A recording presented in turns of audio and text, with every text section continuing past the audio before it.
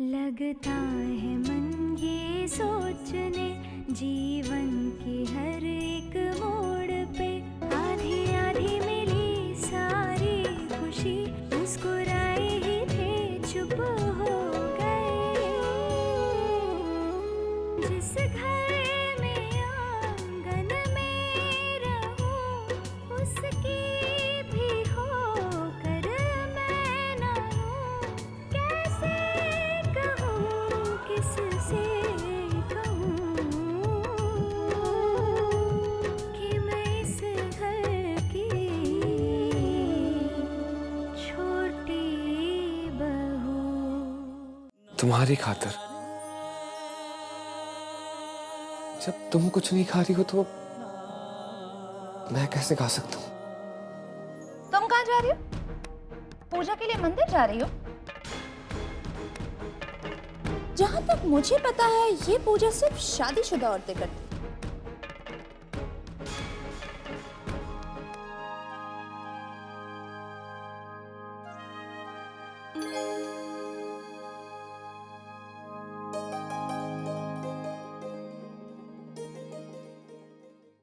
किसके स्वास्थ्य के लिए पूजा की है तुमने? किसे हर तरह के दुख दर्द से दूर रखना चाहती हो? कान्हा को?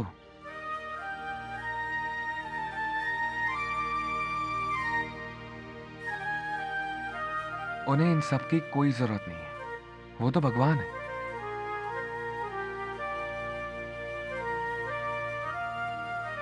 इसका मतलब तुम पूजा किसी इंसान के लिए कर रही थी।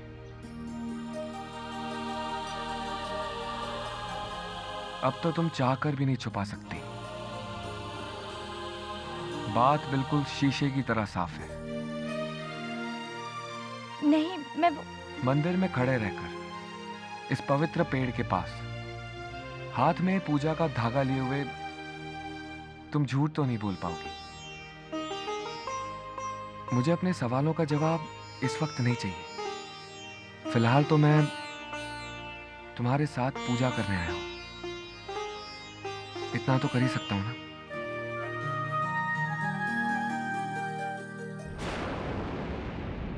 आइए अब अग्नि देवता का आवाहन करते हैं। एक बार फिर से सोच लीजिए, शास्त्रों में इस पूजा को निषिद्ध माना गया है। विवाह जैसे बंधन को कच्चा करने वाली ये पूजा बहुत ही सोच समझ कर करनी चाहिए। ये पूजा विशाखा की जिंदगी में खुशियां लौटाएगा आखिरी मौका है। अगर विशाखा को वो घर वालों ने निकाल दिया, कहाँ जाएगी विशाखा? और यहाँ लोग तो ये कहेंगे कि पराये मर्द के साथ रहकर आ रही है छोरी। आप पूजा शुरू करिए पंडित जी, हमारे पास दूसरा कोई चारा नहीं है। परिक्रमा शुरू करो।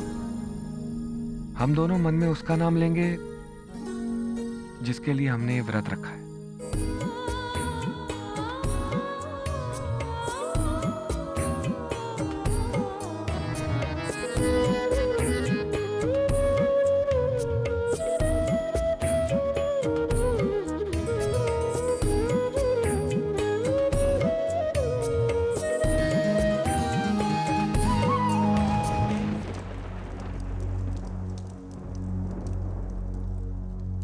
अब उन दोनों की तस्वीर को अग्नि देवता के समक्ष रख दीजिए।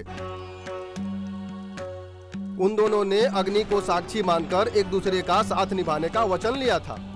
अब अग्नि देवता ही उस वचन को शिथिल बनाएंगे।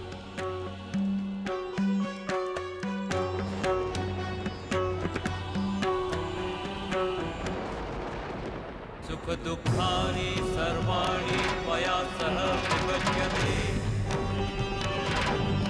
यत्तत्त्वं वहं तत्र प्रकटता प्रविहिरम् कुटुम्बरक्षकार्यास्तामि अबालपुत्रहरिरम् आस्ति नास्ति च सन्तुष्टा द्वितीयता द्विहितम् भक्तिरता नित्यं सदैव प्रियभाषिणी भविष्यामि पदिच्चैव द्वितीयता प्रविहितम्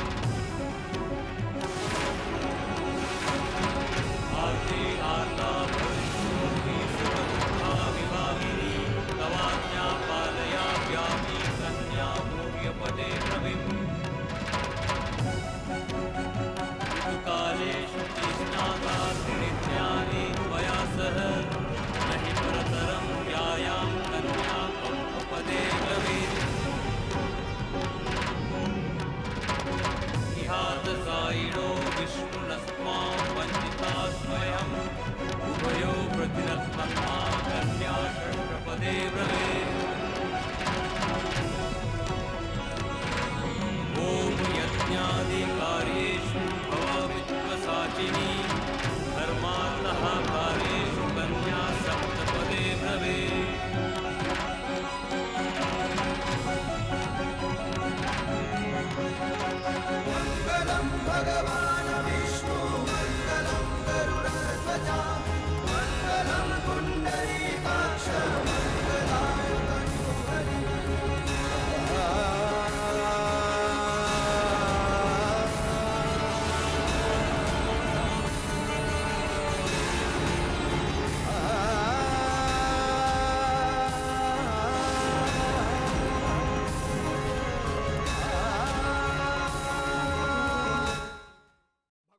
स्वयं ही यह अनर्थ होने से रोक दिया है। जिस रिश्ते को हम कमजोर बनाने की कोशिश कर रहे थे वो रिश्ता टूटा है। यह संबंध स्वर्ग से बनकर आया है। हम जैसे तुच्छ इंसान इसे तोड़ने की कोशिश भी नहीं कर सकते। जब दो प्रेम करने वाले अग्नि को साक्षी मानकर साथ फेरे लेते हैं और एक दूसरे को साथ निभाने का वचन लेते हैं तो वो 7 जन्मों के लिए एक दूसरे के हो जाते हैं। हमारे शास्त्रों ने विवाह को सिर्फ 2 शरीरों का ही नहीं बल्कि 2 आत्माओं का बंधन माना है। ऐसे बंधन को तोड़ना अधर्म नहीं तो क्या है? अभी भी समय है, समझ जाइए। इस रिश्ते को तोड़ने का विचार हमेशा हमेशा के लिए त्याग दीजिए। यही उस प्रभु की इच्छा है। हमें तो बस अब आज्ञा ही दीजिए।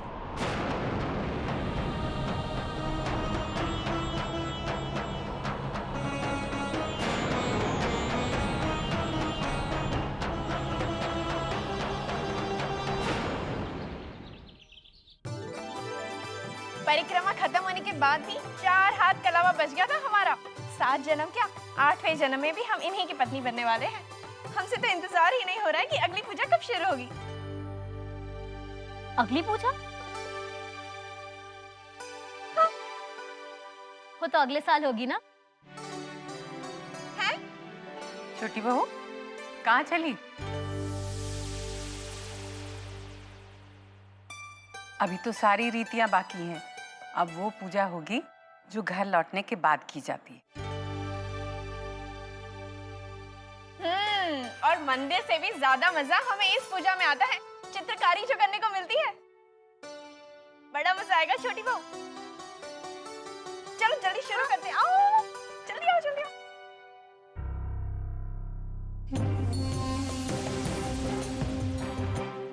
आओ छोटी बहू।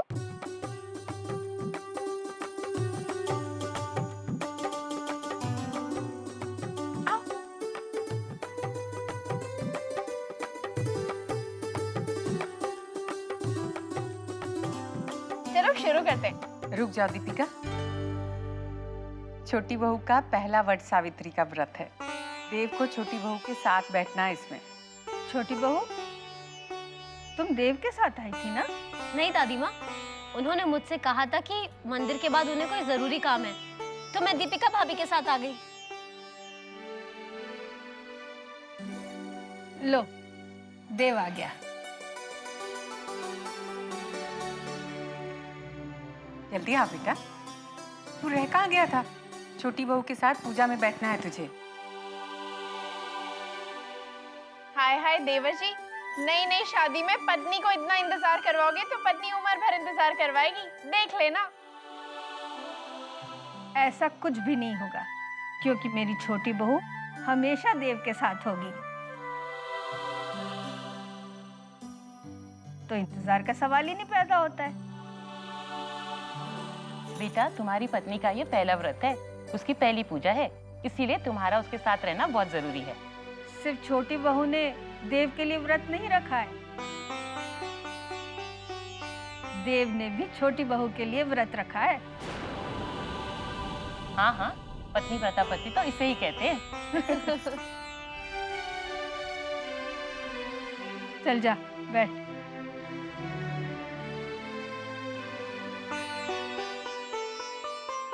अब तुम्हें इस पट्टे पर चंदन से बरगद का पेड़ बनाना है और उसकी पूजा करनी है।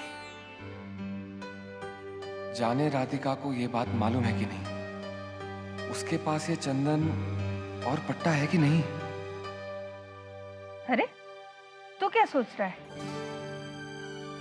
कुछ नहीं दादी माँ, बस वो बरगद का ही पेड़ क्यों? बेटा, बरगद के पेड़ को हमारे पुराणों में कल्प वृक्ष कहा गया है, इच्छाएं पूरी करने वाला दिव्य पेड़। क्या सोच रही हो छोटी बहू? शुरू करो। कोई बात नहीं, हम जैसा करें वैसा करना, हमें देखती जाना, ठीक है? ये लो, ऐसे बनाओ।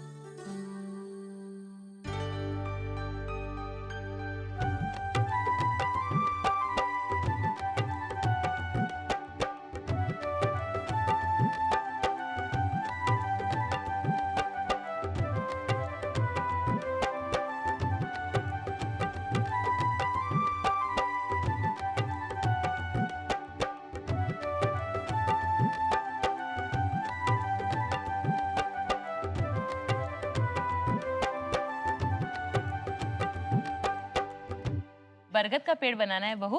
ये तो नारियल का पेड़ लग रहा है।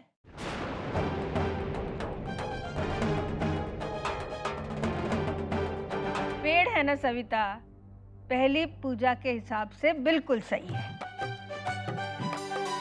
अब बेटा, तुम्हें इस पेड़ की पूजा करनी है व्रत पूरा होने तक। एक बार सुबह, एक बार शाम को। हाय हाय, सुनने में तो ऐसा लग रहा है जैसे कोई दवाई हो। माफ कर देना भगवान जी, हम तो बस मजाक कर रहे थे।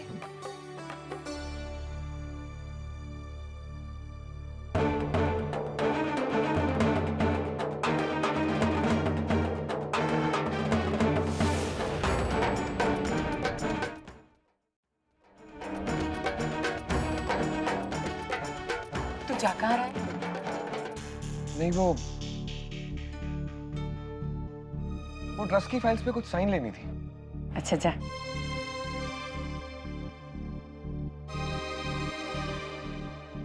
देव, मुझे तुझसे कुछ बात करनी है। अभी? हाँ अभी। ठीक है भैया, बस मैं अभी जाके वापस आता हूँ।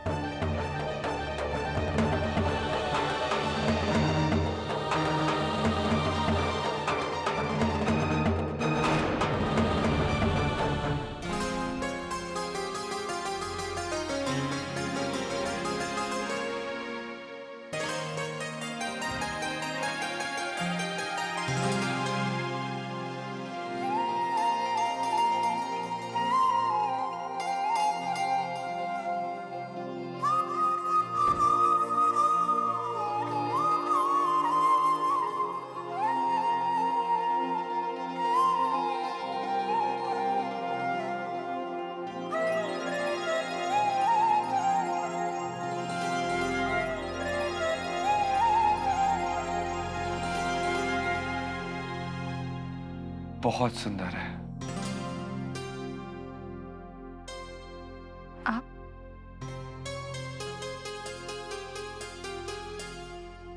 आपको इस वक्त यहाँ नहीं, विशाखा के साथ होना चाहिए, उसकी पूजा में।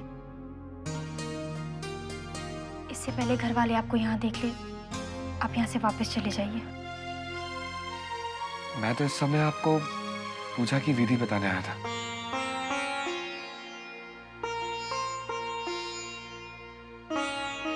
यहाँ आके देखा तो आपको सब कुछ पहले से ही पता है।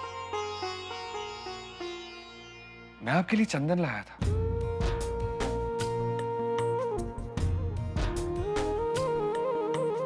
मेरी पूजा हो चुकी है।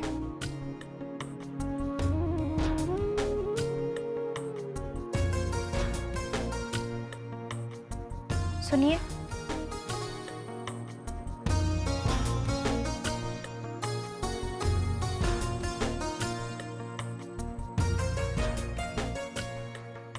चंदन यहीं रख दीजिए।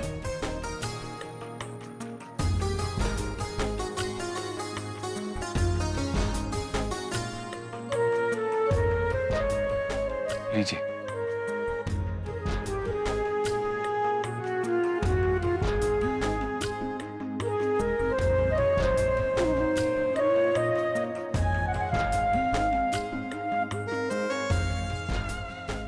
बहुत भूख लगी होगी ना?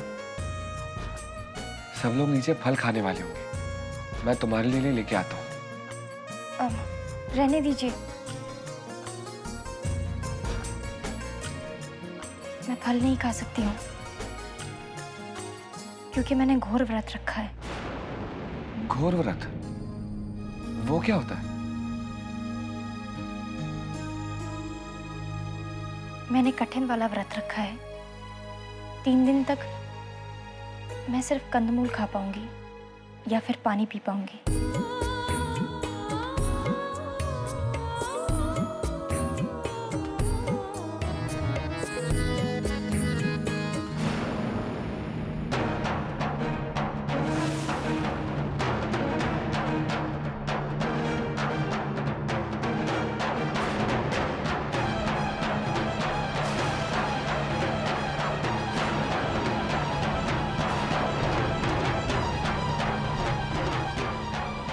भैया,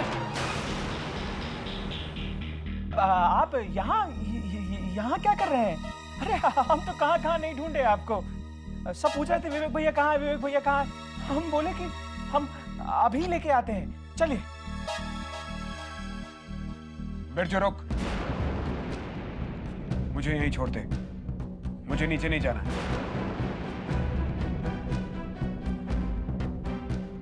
यहाँ क्या करेंगे रुक के भैया? चलिए ना, हम आपको पढ़ने वाले कमरे में लेके चलते हैं, चलिए। मैंने तुझसे कहा ना मुझे कहीं नहीं जाना है, तो क्यों जबरदस्ती?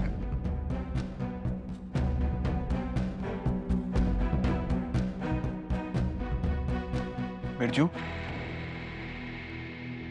बिरजू। हाँ? तू देव का सबसे अच्छा दोस्त है ना?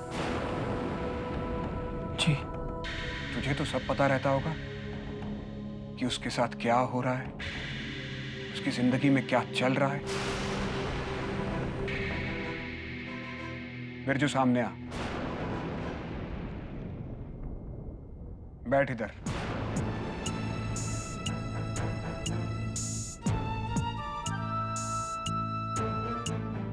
मैं जानता हूं तुम मुझसे झूठ नहीं बोलेगा, भरोसा करता हूं मैं तुझ पे। हाँ भैया, हम जानते हैं कि देव भैया की जिंदगी में क्या चल रहा है।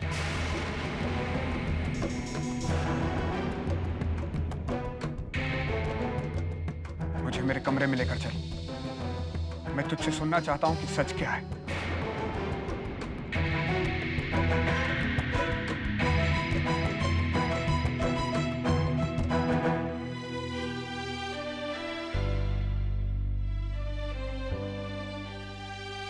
ये कैसी परीक्षा ले रहे हो ठाकुर जी? ये कैसा खेल खेल रहे हो हमारे परिवार के साथ? मेरे मन में ऐसा धर्म करने का विचार आया ही क्यों? मैंने क्यों वो पवित्र बंधन तोड़ने की कोशिश की जिसे आपने जोड़ा था? क्यों उस रिश्ते को कमजोर करना चाहा जिसे आपका आशीर्वाद मिला हुआ था? मुझसे बहुत बड़ी भूल हो गई है। मैं भटक गई थी ठाकुर जी। मेरी इस भूल के लिए मुझे क्षमा कर दीजिएगा।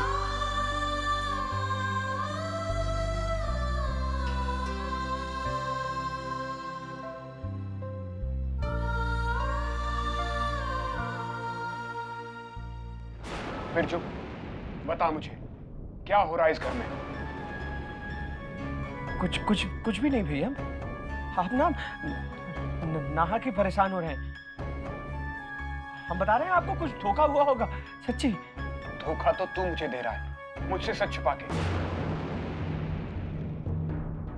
बिरजू मेरी तरफ देख, मैं जानता हूं कि तुझे सब पता है। तू जानता है कि देव और राधिका के बीच में क्या चल रहा है। हाँ भैया, प्रेम करते हैं वो दोनों एक दूसरे से।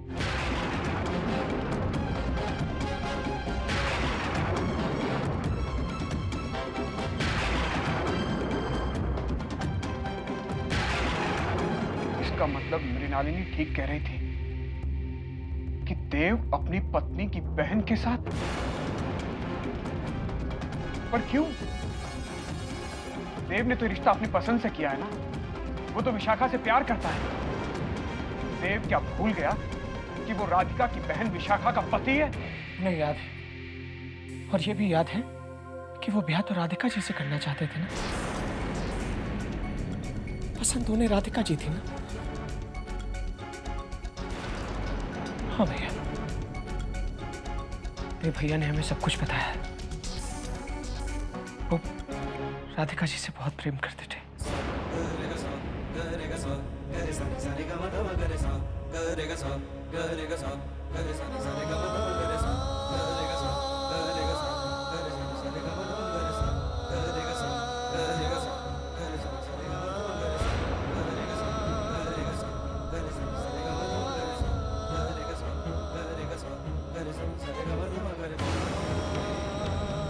अब आप ही बताइए भैया, इसमें देव भैया की क्या गलती है?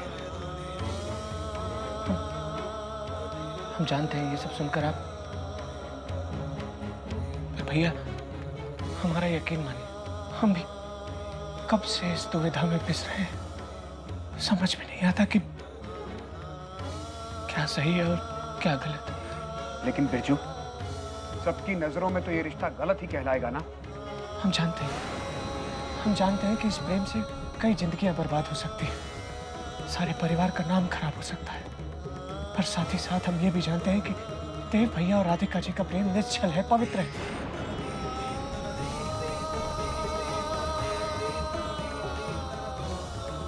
कान्हा ने उन्हें अलग किया और कान्हा ने उन्हें वापस मिला दिया। राधिका जी तो कितने दिनों तक उनके सामने ही नहीं आई, और जब आना पड़ा तो भी उन्होंने अपना चेहरा किसी न किसी तरह छुपा लिया। भैया, भगवान को शायद कुछ और ही मंजूर था। हरिद्वार के मंदिर में आखिर देव भैया ने राधिका जी को देख लिया।